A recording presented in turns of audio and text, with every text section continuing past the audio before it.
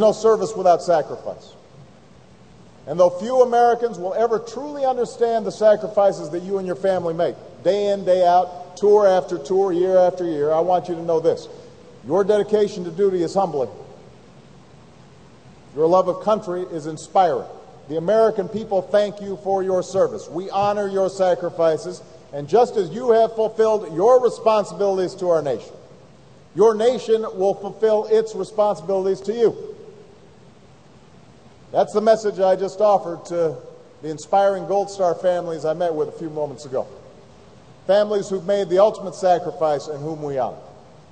And that's the message I bring to you and all our forces, families, and veterans around Jacksonville and across America. You've made the most profound commitment a person can make to dedicate your life to your country. And perhaps give your life for it. So as your Commander-in-Chief, here's the commitment I make to you. To make sure you can meet the missions we ask of you, we are increasing the defense budget, including spending on the Navy and Marine Corps. This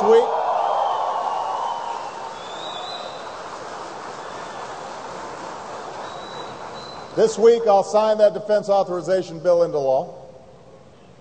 To make sure we're spending our defense dollars wisely, we're cutting tens of billions of dollars in waste and projects that even the military says it doesn't need, so that that money can be better spent on taking care of you and your families and building the 21st century military that we do need.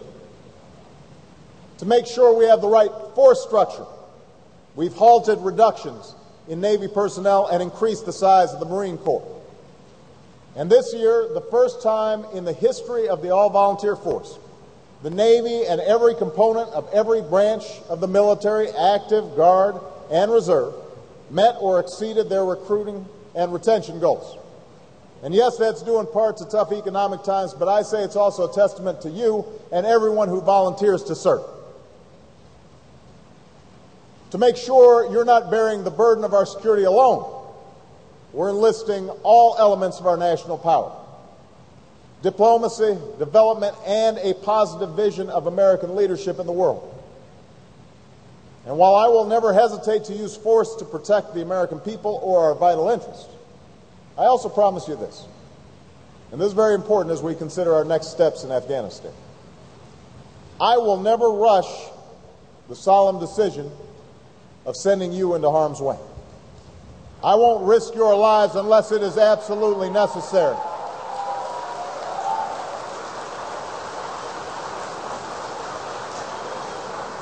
And if it is necessary, we will back you up to the hilt, because you deserve the strategy, the clear mission, and the defined goals, as well as the equipment and support that you need to get the job done.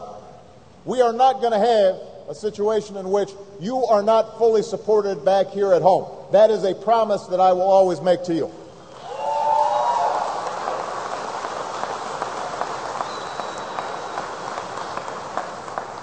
Now, as you meet your missions around the world, we will take care of your families here at home. That's why Michelle's been visiting bases across the country. That's why the Recovery Act is funding projects like improvements to your hospital and a new child development center at Mayport. It's why we're increasing your pay, increasing child care, helping families deal with the stress and separation of war. And finally, we pledge to be there when you come home. We're improving care for our wounded warriors, especially those with post-traumatic stress and traumatic brain injuries. We're funding the post-9/11 GI Bill to give you and your families the chance to pursue your dreams.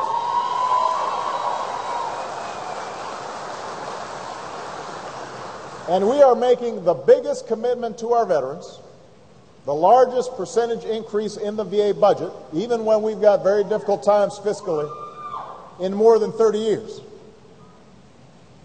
Now, these are the commitments I make to you, the obligations that your country is honor-bound to uphold. Because you've always taken care of America. America must take care of you, always. And know this, it's the spirit you live by every day. It's the pride, and yes, sometimes the anxiety when you wave goodbye to your loved ones on the tarmac. It's the joy and relief when those loved ones come safely home. It's the dignity and respect you show every fallen warrior who comes home to Jacksonville, like the Navy aviator you honored 2 months ago.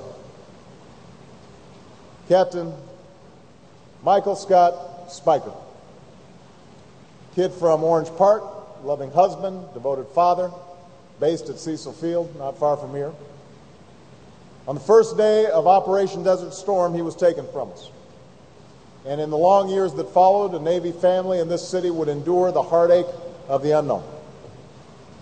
Through all those years, no one missed Scott more or fought harder to bring him home than his wife, Joanne. His friend and former Navy pilot buddy, Harris. Their children, Megan, Michael, Madison, and Mackenzie. They were among the Gold Star families I met with, and we thank them for being here with us today. Where are they? Please stand up. Stand up, Dad.